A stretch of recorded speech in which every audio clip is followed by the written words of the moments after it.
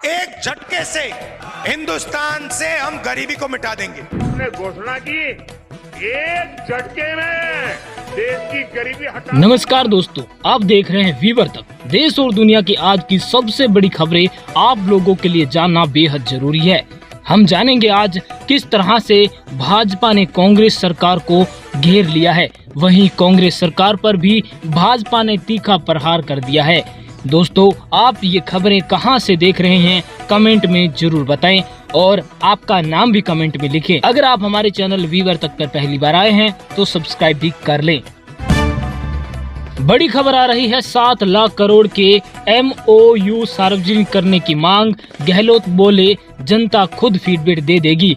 बता दें कि अशोक गहलोत ने 7 लाख करोड़ के निवेश दावे पर सवाल उठा दिया है और सरकार से बताए ये कि MOU जमीन पर कहां है, कहां उतरे। उन्होंने मांग की कि सभी MOU सार्वजनिक किए जाए ताकि जनता खुद ऑडिट कर सके और पारदर्शिता बनी रहे।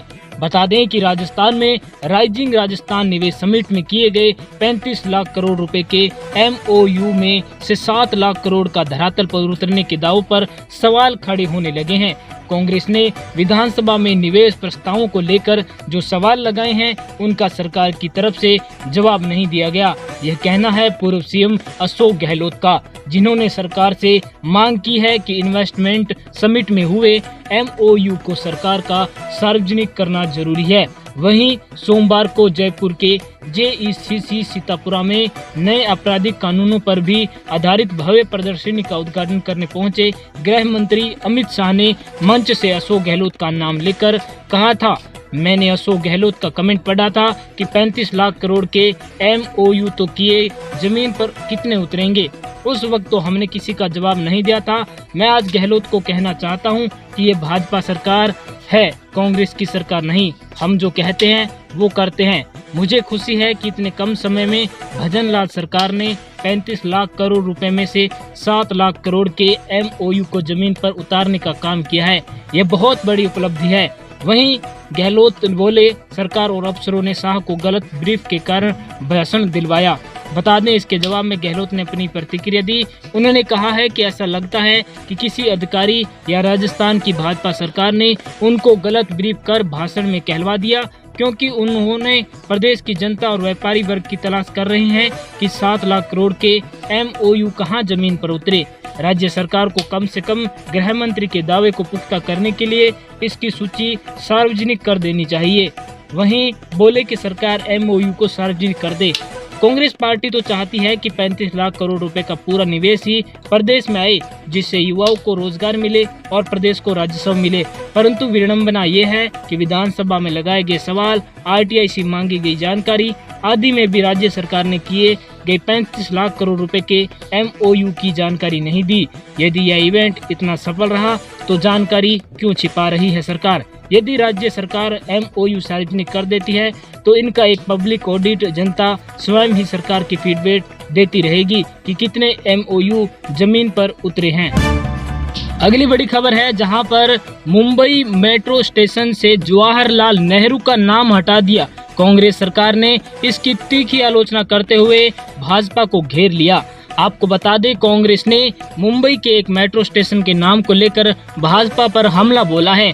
महाराष्ट्र कांग्रेस ने सोमवार को आरोप लगाया कि सत्तारूढ़ भारतीय जनता पार्टी ने यहां लाइन 3 के साइंस सेंटर मेट्रो स्टेशन का नाम पहले प्रधानमंत्री पंडित जवाहरलाल नेहरू के नाम पर जानबूझकर नहीं रखा, जिसके बाद कांग्रेस ने मुंबई मेट्रो एडमिनिस्ट्रेशन से स्टेशन का नाम नेहरू विज्ञान केंद्र से बदलकर वर्ली विज्ञान केंद्र करने पर जवाब मांगा और मांगा कि इससे भारत के पहले प्रधानमंत्री के नाम पर किया जाना चाहिए। मुंबई कांग्रेस के मुख्य प्रवक्ता सचिन सावंत ने एक्स पर पोस्ट में कहा कि नेहरू का योगदान इतना महान और अविस्मरणीय है कि भाजपा चाहे जितना भी उनका अपमान करे या उनके विरासत को बदनाम करने की कोशिश करे, उसके यह प्रयास बिल्कुल व्यर्थ ही जाएंगे। उन्होंने कहा कि पूरे देश को पता है कि वर्ली क्षेत्र जहां ये मेट्रो स्टेशन है नेहरू साइंस सेंटर के नाम से जाना जाता है। सावंत ने आरोप लगाया कि भाजपा को नेहरू के नाम से ही एलर्जी है, इसलिए ही उन्होंने जानबूझकर स्टेशन का नाम केवल साइंस सेंटर ही रखा। वहीं कांग्रेस ने इसे जवाहरलाल नेहरू की स्मृति का अपमान करार दे दिया। बता दें, कांग्रेस प्रवक्ता ने इसे पूर्व प्रधानमंत्री और भारत रत्न पंडित जवाहरलाल नेहरू की स्मृति का गहरा अपमान करार दिया और कहा कि उनकी दूरदृष्टि ने भारत को वैज्ञानिक सोच और औद्योगिक प्रगति और आधुनिक दृष्टिकोण की नींव रखी। सावंत ने कहा, यह कृत्य भाजपा की छोटी मानसिकता है, असहिष्णुता और प्रतिशोधी रवैयों को उजागर करता है। उन्होंने याद दिलाया कि पहले भाजपा ने दिल्ली के नेहरू मेमोरियल म्यूजियम और लाइब्रेरी का नाम बदलकर प्रधानमंत्री संग्रहालय कर दिया था और नेहरू युवा केंद्र संगठन का नाम बदलकर माई भारत कर दिया था। सचिन ने सावंत ने कड़ा विरोध जताते हुए मांग की कि वर्ली मेट्रो स्टेशन का नाम भारत के पहले प्रधानमंत्री के नाम पर रखा जाए। उन्होंने कहा, दुनिया देख रही है कि भारत के महान नेता के साथ कैसा व्यवहार किया जा रहा है। भाजपा की विकृत मानसिकता ने केवल इतिहास को मिटा रही बल्कि देश के प्रतिष्ठित और वैश्विक छवि को भी धूमिल कर रही है। हम इस शर्मनाक कृत्य की कड़ी निंदा करते हैं। आपको बता दें, वहीं पीएम मोदी ने किया था मुंबई मेट्रो लाइन 3 के अंतिम चरण का उद्घाटन। बता दें कि वहीं सफर करने पर Mumbai metro rail corporation MMRC ने बताया कि 2013 की एक अधिसूचना में स्टेशन का नाम विज्ञान संग्रहालय रखने का फैसला किया गया था। MRC ने कहा, चूंकि इमारत का वास्तविक नाम विज्ञान केंद्र है, इसलिए इसे विज्ञान केंद्र ही कर दिया गया। पिछले हफ्ते प्रधानमंत्री मोदी ने मुंबई मेट्रो लाइन 3 के अंतिम चरण का उद्घाटन किया, जो आचार्य अत्रे चौक और कफ परेड के बीच है। इसके साथ ही मुंबई के पहले underground metro corridor aqua line का 33.5 किलोमीटर लंबा पूरा हिस्सा 9 अक्टूबर से चालू हो गया। आगे बड़ी खबर आ रही है हरियाणा से। जी हां, हरियाणा से भी भाजपा सरकार को कांग्रेस ने आड़े हाथ लिया है। क्या कहा है कांग्रेस ने और आप ये वीडियो कहां से देख रहे हैं, कमेंट में जरूर बताएं। बता दें कि हरियाणा प्रदेश कांग्रेस कमेटी HPC के अध्यक्ष राव नरेंद्र सिंह ने रविवार को भारतीय जनता पार्टी यानी कि भाजपा सरकार पर सूचना के अधिकार अधिनियम को सुनियोजित तरीके से कमजोर करने का बड़ा आरोप लगाया है और इसे लोकतंत्र और पारदर्शिता पर सीधा हमला बताया है। RTI अधिनियम के लागू होने की 20वीं वर्षगांठ के अवसर पर गुरुग्राम में एक प्रेस कॉन्फ्रेंस में बोलते हुए राम ने आरोप लगाया कि नागरिकों के लिए सबसे शक्तिशाली साधनों में से एक है RTI कानून और राजनीतिक सुविधा के लिए इसको कमजोर कर दिया गया है। वहीं गुरुग्राम में एक कार्यक्रम में राव नरेंद्र सिंह ने केंद्र पर RTI संसाधनों को कमजोर करने का बड़ा आरोप लगाया। भाजपा नेताओं ने कहा कि डिजिटल साधनों ने शासन को और अधिक खुला बना दिया। राव ने कहा, 2005 में कांग्रेस के नेतृत्व वाली संयुक्त प्रगतिशील गठबंधन UPA सरकार के तहत लागू किए गए RTI अधिनियम ने आम नागरिकों को किसी भी सरकारी विभाग से जानकारी प्राप्त करने का एक अधिकार दे दिया था। हालांकि 2014 के बाद इसके मूल उद्देश्यों को कमजोर करके और इस जो की संशोधन दिया। वहीं बता दें, वास्तविक में समय उड़ान की कीमतें आसान तुलना आदम।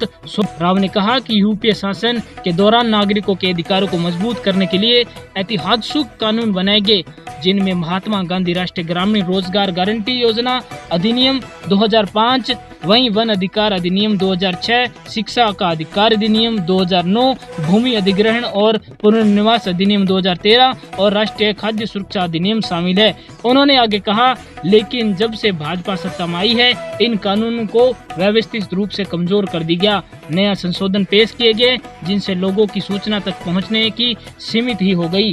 वहीं कांग्रेस के शहरी जिला अध्यक्ष पंकज डावर ने भी RTI कार्यकर्ताओं पर हमला की निंदा की। वहीं उन्होंने कहा, अवैध खनन का पर्दाफाश करने वाले कार्यकर्ता सेहला मसूद की हत्या का उदाहरण देते हुए कई RTI कार्यकर्ताओं को भ्रष्टाचार का पर्दाफाश करने के लिए हिंसा या धमकी का सामना करना पड़ा। उनकी सुरक्षा सुनिश्चित की जानी चाहिए। RTI को आम नागरिक का संवैधानिक सशक्तिकरण बताते हुए राव ने सूचना आयुक्तों के निश्चित कार्यकाल को रद्द करने वाले 2019 के संशोधनों को वापस लेने की मांग की और केंद्रीय एवं राज्य आयोग ने भी सभी रिक्तियों को तत्काल भरने की मांग की। उन्होंने कहा, स्वतंत्र निगरानी सुनिश्चित करने के लिए पत्रकारों और शिक्षाविदों और कार्यकर्ताओं को भी इन निकायों में शामिल जाना चाहिए।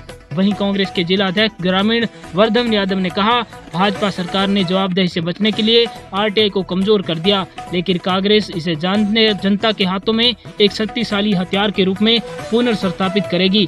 आरोपों का जवाब देते हुए भाजपा के राज्य मीडिया प्रभारी अरविंद सैनी ने इन दावों को राजनीति से प्रेरित बताते हुए खारिज किया है। उन्होंने कहा, मोदी सरकार ने डिजिटल शासन के माध्यम से पारदर्शिता और जवाबदेही को मजबूत बताया है।